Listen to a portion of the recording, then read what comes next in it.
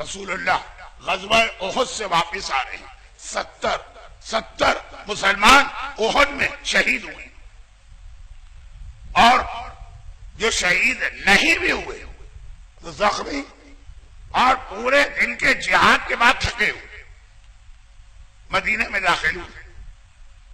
مدینے کی سرحد پر جہاں سے مدینہ شروع ہوتا، اب پیغمبر آرام کے لیے رک گئے۔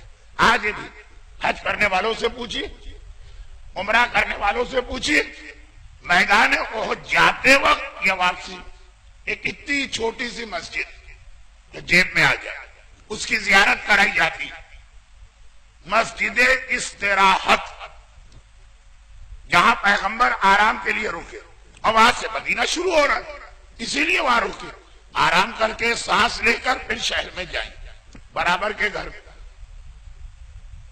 کسی مجاہد جو شہید ہو گیا، فیملی ماتم کر رہی، پیغمبر نے ان کا ماتم سنا، ماں جوان بیٹے کو یاد کر رہی، ہائے میرا جوان، لیکن راہ خدا میں شہید ہوا، جنت کے باغ میں ٹہل رہا ہوگا۔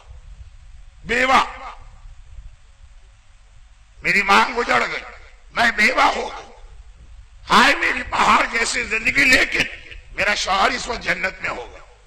آرام کے لیے رسول رکے، میرا جو سادہ ملا احمد عراقی وہاں کی حدیث، فوراً کھڑے گھر پہنچے، کہا ماں سے، کہا تو نے کیسے یقین سے کہہ دیا کہ وہ جنتی؟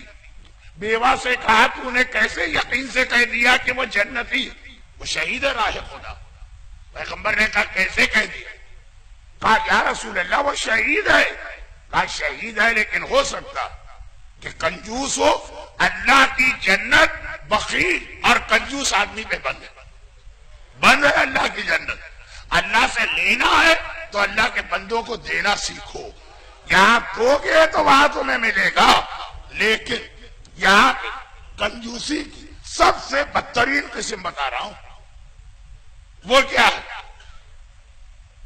کہ اوروں کو تو کیا دے، جن کے نام پہ جان قربان کرنے کو تیار ہے، وہ شہزادی کون ہے؟ وہ سرکار امام حسین، ان کا حق خمس غصب کر کے بیٹھا ہوا ہے پیسے کی محبت میں۔ اب آ گیا میں اگلا جملہ کہہ کر میں اپنے موضوع پہ آ گیا، یہاں سے بات شروع ہوئی۔ اللہ رے ظلم اہل بیت پر کہ جان دینے کو تیار ہے، مال دینے کو تیار نہیں۔ خمس واجبات اسلامی میں ایک ایسا واجب ہے جس کا براہ راست تعلق خاندان اہل بیت سے ہے، بلکہ شہزادی کونین سے، بلکہ ایک روایت یہ کہ خدیجہ طاہرہ نے اسلام کے لیے جو قربانی دی، اس کے بدلے میں اللہ نے اولاد خدیجہ کو یہ خمس قرار دیا ہے۔